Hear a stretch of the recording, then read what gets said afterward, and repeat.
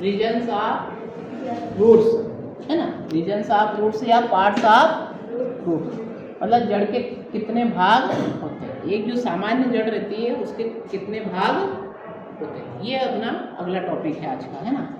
तो सामान्यतः जड़ की संरचना देखेंगे हम, एक मूसला जड़ रहेगी उसकी संरचना देखेंगे हम। तो इस प्रकार की जड़ हमें दिखाई देगी और उस जड़ में जड़ के निम्नलिखित ये 4 भाग दिखाई देते। कितने भाग दिखाई देते हैं?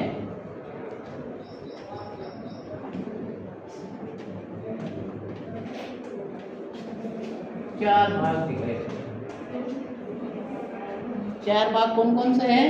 दिख ही रहे आपको, चित्र में दिख रहे हैं, देखो, है ना। इधर नीचे से चलेंगे तो ऊपर या फिर ऊपर से चले तो नीचे। तो सबसे पहले क्या लिखा रहा? रूट के। क्या है?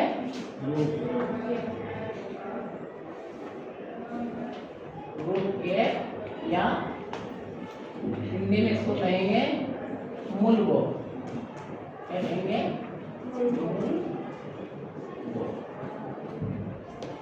ये भाग रहता है। तो ये जड़ जो रहती है, जड़ का अग्रस्थ जो टिप रहता है, जो सबसे ऊपर वाला टिप रहता है जड़ का, जो आगे बढ़ता हमेशा, उसके ऊपर एक रक्षात्मक आवरण रहता है। क्या रहता है?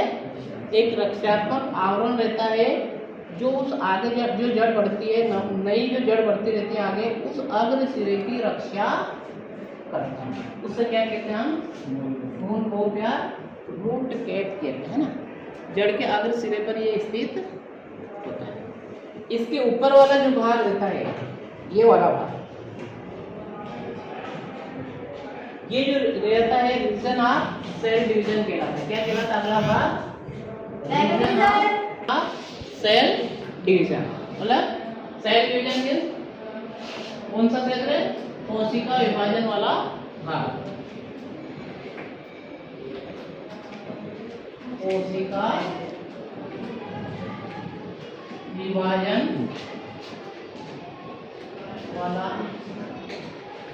भाग, है ना। तो इस क्षेत्र की जो कोशिकाएं रहती है, देखो इधर, यहां से ये जो इतना क्षेत्र है, इसकी कोशिका हमेशा डिवीजन करते हैं। ये लिखा है रीजन ऑफ सेल डिवीजन। मतलब इस क्षेत्र की जो कोशिका रहेगी क्या करेगी? विभाजन करेगी। अब विभाजन करेगी तो क्या होगा? कोशिका की संख्या बढ़ेगी। कोशिका की संख्या बढ़ेगी तो जड़ का अग्रसिरा आगे की ओर, भूमि में अंदर की ओर बढ़ेगा, है ना। ये जो इतना क्षेत्र रहता है, ये है ना कोशिका विभाजन वाला क्षेत्र है। इसके ऊपर दिख रहा है रीजन ऑफ सेल इलांगेशन। तीसरा भाग जड़ का रहता है रीजन ऑफ सेल इलांगेशन।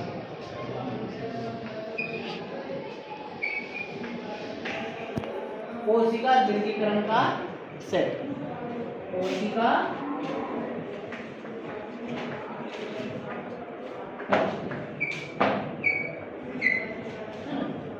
दीर्घीकरण का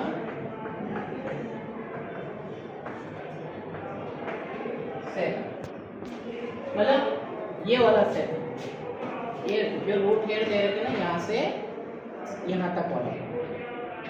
तो इस क्षेत्र में क्या है, तो ये कोशिका डिवीजन करती है, तो इसके ऊपर जो शिफ्ट होती जाती है, तो ये वाला भाग क्या करता है, इसकी कोशिकाएं क्या करती है, जड़ की लंबाई में वृद्धि में सहायक होती है। इसे इलांगेशन मतलब लंबाई में वृद्धि करना। इस क्षेत्र की जो कोशिका रहेगी जड़ में, वो जड़ की लंबाई को बढ़ाती है। क्या बढ़ाती है? जड़ की लंबाई को बढ़ाती है। अब ये जो रीजन है दीर्घीकरण वाला, इसके ऊपर जो वाला रीजन रहता है परिपक्वन का क्षेत्र। परिपक्वन का क्षेत्र है परिपक्वन क्षेत्र। तो ये इस प्रकार एक जड़ को हम सामान्यतः देखेंगे तो एक जड़ में सामान्य रूप से निम्न 4 भाग दिखाई देते हैं, है ना। एक बार और समझा देता हूँ आपको क्लियर। एक जड़ की संरचना हम देखेंगे तो इस प्रकार एक जड़ की संरचना दिखाई देगी, उसमें निम्नलिखित 4 भाग दिखाई देंगे। नीचे से ऊपर की ओर देखेंगे हम तो सबसे पहले रूट कैप वाला भाग है। ये वाला जो है, ये है ना, एक सुरक्षात्मक आवरण रहता है जड़ के अग्र सिरे पर, जो जड़ की रक्षा कर, जिसे क्या कहेंगे हम, रूट केप या इसके ऊपर वाला जो भाग रहेगा, इससे ढका हुआ भाग से लेकर तो यहाँ तक वो कहलाता अपना सेल डिवीजन वाला।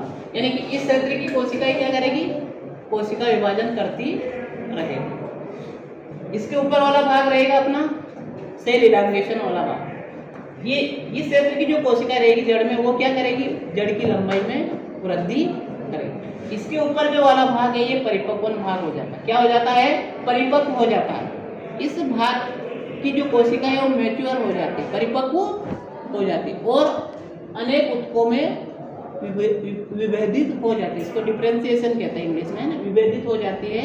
और इसी क्षेत्र से कोशिका में मूल रोम निकलते हैं ना, रूट हेयर मतलब मूल रोम।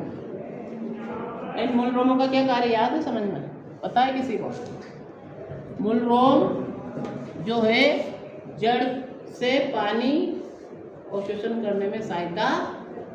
जड़ तो ये जैसे मूसला जड़ तो इस प्रकार रहती है, लेकिन ये मिट्टी में ये जो मूल रोम्स रहते हैं, आपने कभी किसी पौधे को उगाड़ कर देखा होगा छोटे खेतों में, तो उसकी जड़ें देखना आप, दूर दूर तक ये मूल रोम फैले हुए रहते हैं, है ना।